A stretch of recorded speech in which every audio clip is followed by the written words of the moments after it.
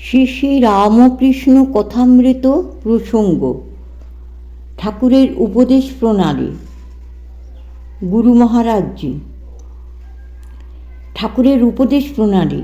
এবার ঠাকুর ডাক্তার সরকারকে বললেন, সন্ন্যাসীর পক্ষে কামিনী কাঞ্চন ত্যাগ, কিন্তু যাদের সামনে বলছেন তারা সন্ন্যাসী নন, সংসারী, তাদের পক্ষে সম্পূর্ণ ত্যাগ সম্ভব নয়, তাই সাবধান হয়ে বলছেন। কিন্তু একথা আপনাদের পক্ষে নয়, এই সন্ন্যাসীর পক্ষে। আপনারা যতদূর পারো স্ত্রীলোকের সঙ্গে অনাসক্ত হয়ে থাকবে।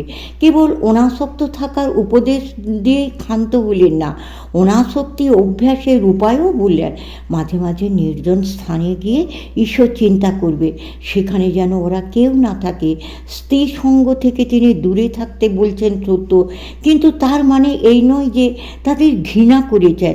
সকল স্ত্রীলোক সম্বন্ধে মাতৃভাবই শ্রেষ্ঠ ভাব, একথাই তিনি বারবার মনে করিয়ে দিয়েছেন।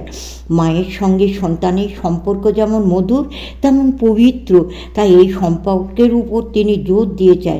ইয়া দেবী সর্বভূতেষু মাতৃরূপেণ সংস্থিতা, তিনি মাতৃরূপে সর্বভূতে আছেন। সুতরাং ঘৃণার প্রশ্ন নেই, ঘৃণা করে কাউকে দূরে রাখা যায় না।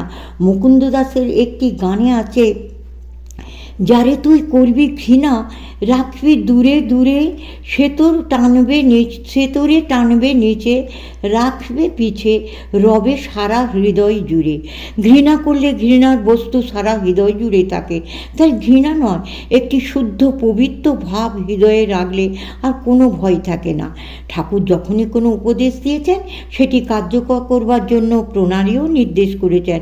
বিশেষ অধিকারীর জন্য তার বিশেষ উপদেশ থাকলেও সর্বসাধারণের সামনে যখনই কিছু বলেছেন অতি সাবধানে। অতি উচ্চ দুরূহ কোনো আদর্শ সাধারণের সামনে তুলে ধরতে নেই, কারণ সেটি পালন করতে না পারলে মনে হতাশা বা হীনমন্যতা আসতে পারে। গীতাতেও ভগবান বলেছেন, জ্ঞানযোগ কর্মযোগ দুই ভালো, কিন্তু কর্মযোগ আরও ভালো, কারণ এ পথে সকলেই এগোতে পারে। আর যারা এগিয়ে আছে কর্মযোগের যাদের চিত্ত শুদ্ধ হয়েছে, মন অনেকটা বশীভূত হয়েছে, তাদেরই পক্ষে জ্ঞানযোগ উপযোগী। মনের এই প্রস্তুতি না থাকলে জ্ঞানযোগের চর্চা করলে অপকারই হয়। তাই ঠাকুর অন্যত বলেছেন, সবই করা হচ্ছে অথচ আমি ব্রহ্ম এ বলা ভালো নয়। যে প্রবৃত্তির উপর প্রভুত্ব অর্জন করেছে, যার অভিমান প্রায় নিশ্চিহ্ন হয়ে এসেছে, একমাত্র সেই বলতে পারে আমি ব্রহ্ম। তার পক্ষে এটি উপযোগী সাধন। কিন্তু ইন্দ্রিয়ের অধীনতা থেকে যে নিজেকে মুক্ত করতে পারেনি, সে আমি ব্রহ্ম বললে তার অধোগামী হওয়ার ভয় থাকে। এজন্য খুব উচ্চ আদর্শ সামনে রাখলেই হয় না, উপদিষ্ট ব্যক্তি সেই আদর্শের অধিকারী কি না তা বিচার করে আদর্শ সামনে রাখতে হয়। অধিকারীণ মা শান্তে ফলসিদ্ধির বিশেষত, যারা অধিকারী তাদেরই সেই আদর্শ অনুসরণ করে ফলসিদ্ধি হয়। অনধিকারী অনুসরণ করলে তার সর্বনাশ।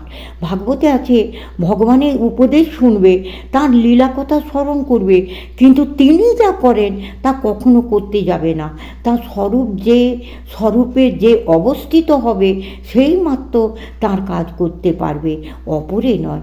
এই জন্যই শাস্ত্রের কোনো নির্দেশ পালন করতে গিয়ে অনেক সময় অনর্থ উপস্থিত হয়, কারণ আমরা অধিকারী বিচার করি না।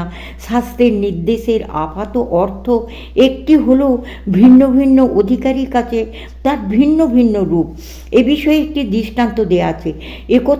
একদা দেবতাদের পক্ষ থেকে ইন্দ্র আর অসুরদের পক্ষ থেকে বিরোচন ব্রহ্মার কাছে উপদেশ প্রার্থনা করতে গিয়েছিলেন। সদ্গুরু কখনো পক্ষপাতিত্ব করে ভিন্ন উপদেশ দেন না, সুতরাং ব্রহ্মাও তাঁদের একই উপদেশ দিলেন। কিন্তু অধিকারী ভেদে উপদেশের অর্থ ইন্দ্র একরকম বুঝলেন, বিরোচন বুঝলেন আরেক রকম। তাদের প্রশ্ন ছিল, আত্মা কী? কারণ তখন দেবাসুরের সংগ্রাম চলছে, সেই সংগ্রামে জয়ী হতে গেলে অমরত্ব লাভ করতে হবে। তারা শুনেছিলেন আত্মাকে জানলেই নাকি অমর হওয়া যায়। সেই আত্মজ্ঞানের কৌশলটা জেনে নেওয়ার জন্য তারা উপদেশ প্রার্থী। ব্রহ্মা তাদের 32 বছর ব্রহ্মচর্য সাধন করিয়ে 1 সরা জল আনতে বললেন। জল আনার পর দুজনকেই বললেন, ওই সরার জলে কি দেখছো? যা দেখছো তাই আত্মা। দুজনেই জলে স্ব প্রতিবিম্ব দেখলেন। বিরোচন কি বুঝলেন? তিনি সোজা বুঝলেন এই দেহটাই আত্মা, একেই তো জলের ভিতর দেখা যাচ্ছে। দেহকে পুষ্ট রাখো, সুস্থ সবল করো, যুদ্ধে জয়লাভ হবে। তিনি খুশি মনে ফিরে গেলেন।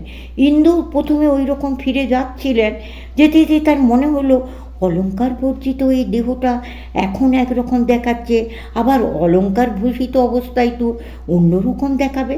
তবে কি দেহের ভিন্ন ভিন্ন রূপের জন্য আত্মাও ভিন্ন হচ্ছে? এ প্রশ্ন মনে জাগলো। আত্মা নিত্য হলে তার একটা স্থায়ী রূপ আছে তো, পরিবর্তিত হলে নিত্য হলো কি করে, সৎ হলো কি করে? অনিত্য অসৎ এই দেহকে জেনে তাহলে অমর হওয়া যায় না। তখন আবার ব্রহ্মার কাছে নিজের সংশয়ের কথা বললেন। প্রশ্ন শুনে খুশি হয়ে ব্রহ্মা আরও 32 বছর ব্রহ্মচর্যের আদেশ দিলেন। এভাবে উপদেশ ও ব্রহ্মচর্য চলল 101 বছর ধরে। তারপর ইন্দ্র আত্মার স্বরূপ জানলেন। এই যে অধিকারী ভেদে উপদেশের তাৎপর্য ভিন্ন হয়, এটি বিশেষভাবে মনে রাখবার মতো। উপদেশ দেওয়ার সময় অধিকারীর বিচার একান্ত প্রয়োজন। ঠাকুর কথামৃতে বারবার বলেছেন, না হং তুহু তুহু। সোহং বলা ভালো নয়, সোহং শাস্ত্রের কথা, সিদ্ধান্ত। তবু ভালো নয় যে বলছেন তা সাধারণ মানুষের কথা মনে করে। অনধিকারীর পক্ষে সোহং যে কত অনর্থ ঘটায় তা পণ্ডিত মূর্খদের দেখলেই বোঝা যায়।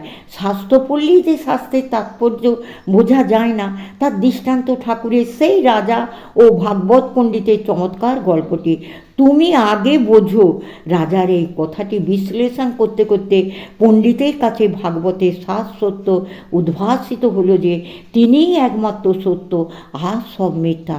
এই সত্য উপলব্ধির পর তিনি আর রাজার কাছে গেলেন না, কারণ তার অর্থের আর প্রয়োজন নেই। তিনি সত্যকে জেনেছেন, তার সব কিছু তখন ভগবানই সমর্পিত। তিনি লোক মারফত রাজাকে জানালেন, এইবার আমি ভাগবতের অর্থ বুঝেছি। সেই তত্ত্ব নিষ্ণাত হয়ে ভগবানের সব সমর্পণ করবার জন্য গৃহত্যাগ করে চলে গেলেন। এরই নাম বোঝা।